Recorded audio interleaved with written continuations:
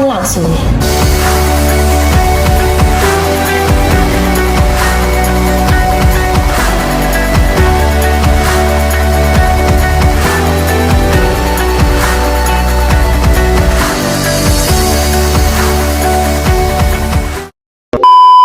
Laboratorium IPA dirancang sesuai standar dengan tata ruang yang mendukung kegiatan praktikum secara aman dan nyaman.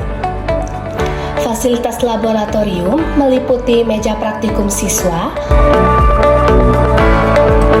meja demonstrasi guru, lemari penyimpanan alat dan bahan,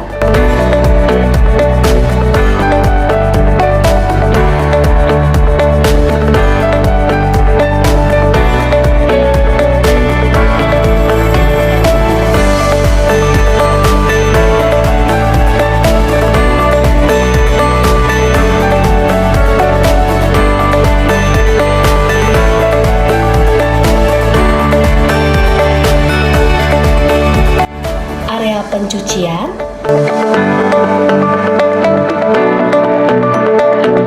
ventilasi yang baik,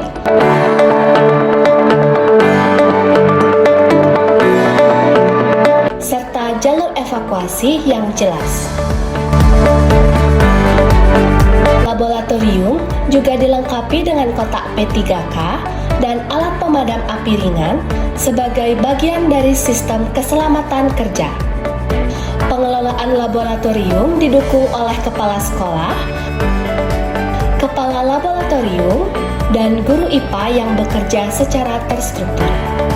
Pengelolaan laboratorium berbasis digital menggunakan QR Code untuk absensi, akses SOP, serta jadwal penggunaan laboratorium secara real-time dan efisien. Setiap alat dan bahan tersusun rapi dalam lemari inventaris yang dilengkapi QR Code, sehingga memudahkan siswa dalam mencari alat dan bahan praktikum. Keselamatan kerja menjadi prioritas utama melalui penerapan SOP serta penggunaan alat pelindung diri sebelum praktikum dimulai.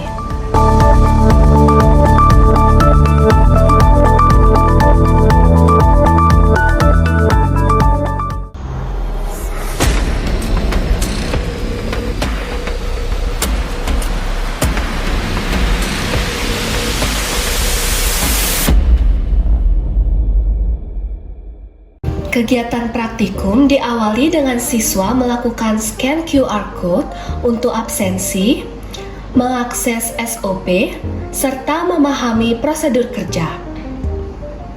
Sebelum memulai praktikum, siswa menggunakan alat pelindung diri sebagai bentuk penerapan keselamatan kerja.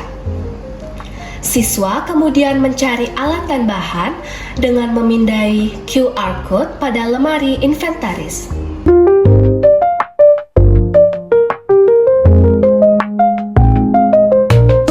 Pembelajaran di laboratorium ini menerapkan pendekatan STEM, yaitu Science, Technology, Engineering, dan Mathematics.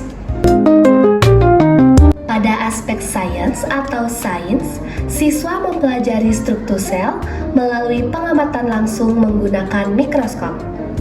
Pada aspek teknologi atau teknologi, siswa menggunakan mikroskop sebagai alat untuk memperbesar objek.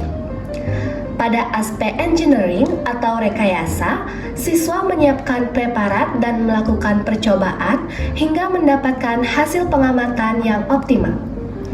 Pada aspek matematik atau matematika, siswa menghitung pembesaran mikroskop dan menganalisis hasil pengamatan.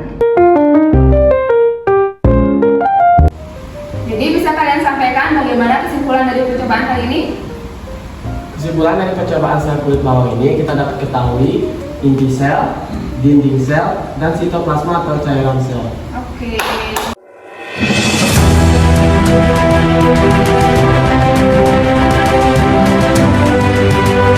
Pada percobaan gunung meletus, siswa mempelajari reaksi kimia sebagai simulasi fenomena alam.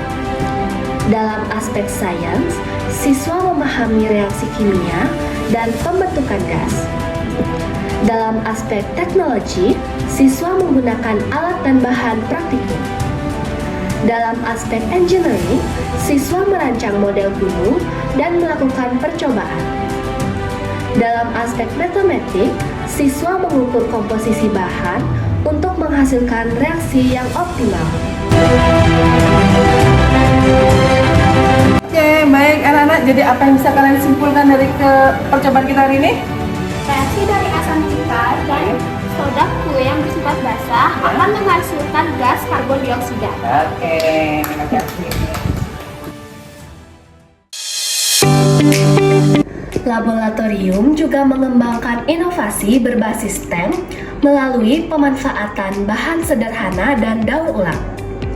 Pada pembuatan bokoran, siswa mempelajari sifat bahan sebagai bagian dari sains, merancang bentuk sebagai proses rekayasa, menggunakan alat sederhana sebagai teknologi, serta menghitung ukuran dan pola sebagai penerapan matematika.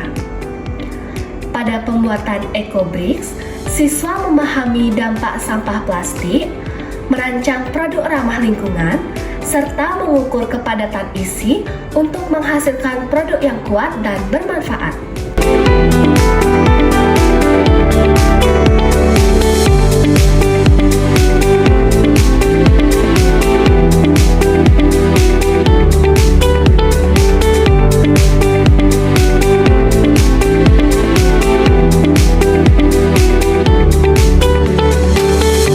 Program kerja laboratorium disusun secara terencana dengan jadwal penggunaan yang teratur untuk mendukung kegiatan pembelajaran yang optimal.